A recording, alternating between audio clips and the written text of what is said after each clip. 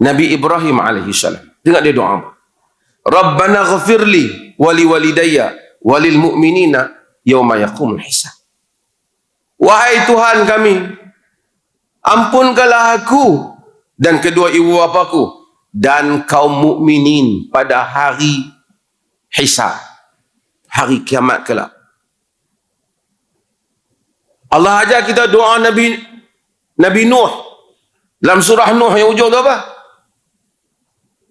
Rabbi ghafirli wali walidayya waliman dakhala baitiya mu'mina walil mu'minina wal mu'minat. Wahai Tuhanku, ampunkanlah aku dan kedua ibu bapaku dan sesiapa yang masuk ke rumahku dalam keadaan beriman. Tuan-tuan, doa ni tiap hari. Doa.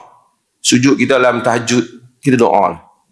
Bukanlah Nabi kata dalam tahajud, masa doa, antara doa yang baik.